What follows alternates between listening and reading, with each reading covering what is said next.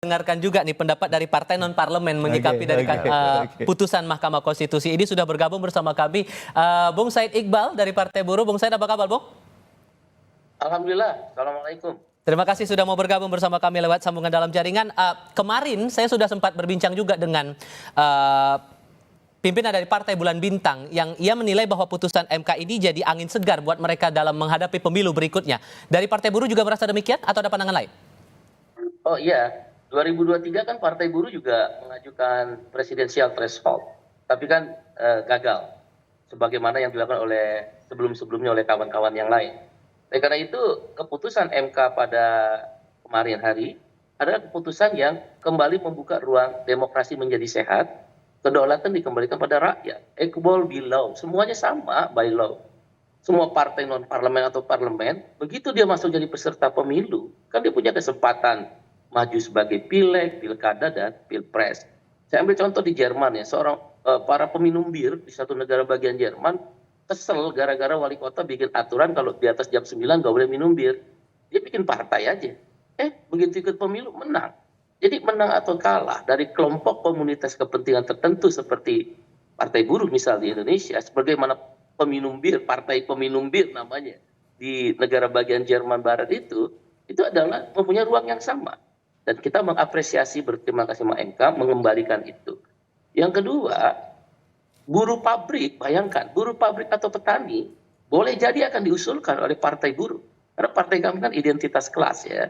Jadi kesempatan buat orang kecil maju sepanjang dia dikenal, sepanjang dia beraktivitasnya sebagai aktivis selama ini banyak memberikan kontribusi, maka bisa saja dan tidak untuk kemungkinan Kongres Partai Buruh 2026 kami akan mengusulkan calon sendiri.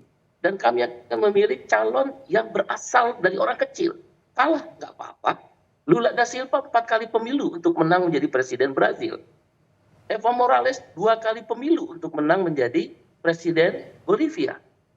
Anthony Albanese di partainya Partai Buruhnya Australia itu buruh pabrik manufaktur.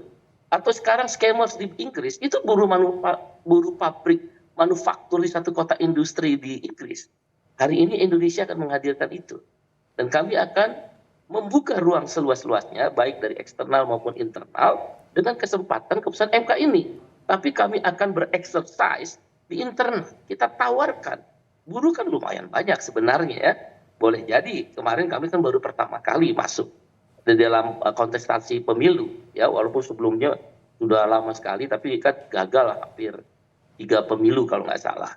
Dan hari ini Tuhan memberikan jalan atas melalui para hakim Mahkamah Konstitusi.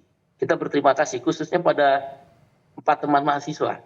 Dan Partai Buruh satu-satunya dari 8 partai yang diminta oleh Mahkamah Konstitusi kemarin untuk memberikan sudut pandang secara tertulis.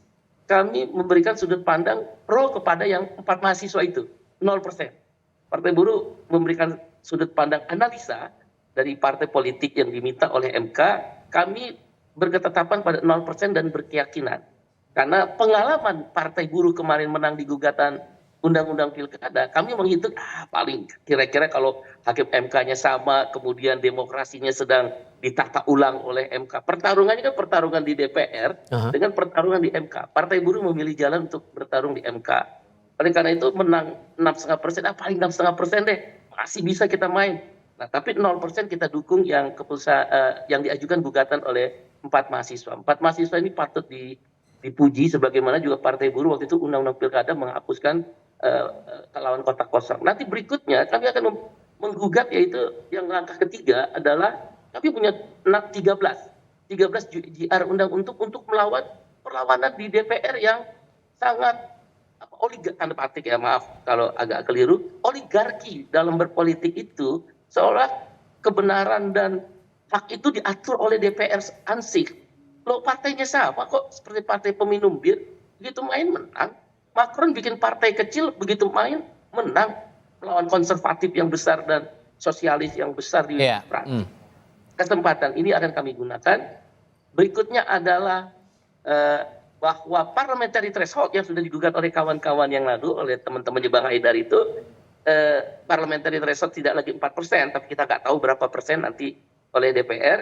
Kita minta parliamentary threshold didapil.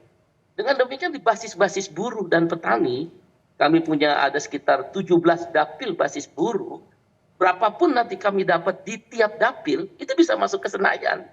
Sudahlah bisa mengajukan presidennya sendiri oleh partai politik dengan keputusan MK pada hari ini, nanti berapapun anggota DPR bisa masuk ke Senayan dengan parliamentary threshold di dapil.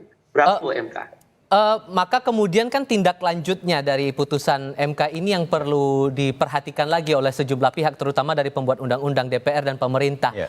Ditambah lagi sudah ada amanat juga dari Hakim Konstitusi dalam pertimbangannya bahwa perlu ada rekayasa konstitusional untuk memastikan bahwa ya intinya siapapun capres-cawapres nanti akan diusung di pemilu berikutnya secara jumlah tidak berlebihan, intinya efektif efisien lah semuanya biar publik juga bisa melakukan filter lebih mudah juga. Nah, persoalannya sekarang rekayasa konstitusional seperti apa yang bakal dilakukan, apakah kemudian secara umum sejauh ini ada nggak ya angka ideal kira-kira pasnya kalau untuk pasangan capres-cawapres dalam pemilu itu mentoknya berapa banyak, maksimal minimalnya berapa banyak, dan apakah akan berpengaruh terhadap kualitas pemilu kita. Tapi jawabnya nanti ya. Kita akan lanjutkan lagi diskusi untuk topik ini usai jeda berikut ini. Saudara, tetap bersama Kompas TV.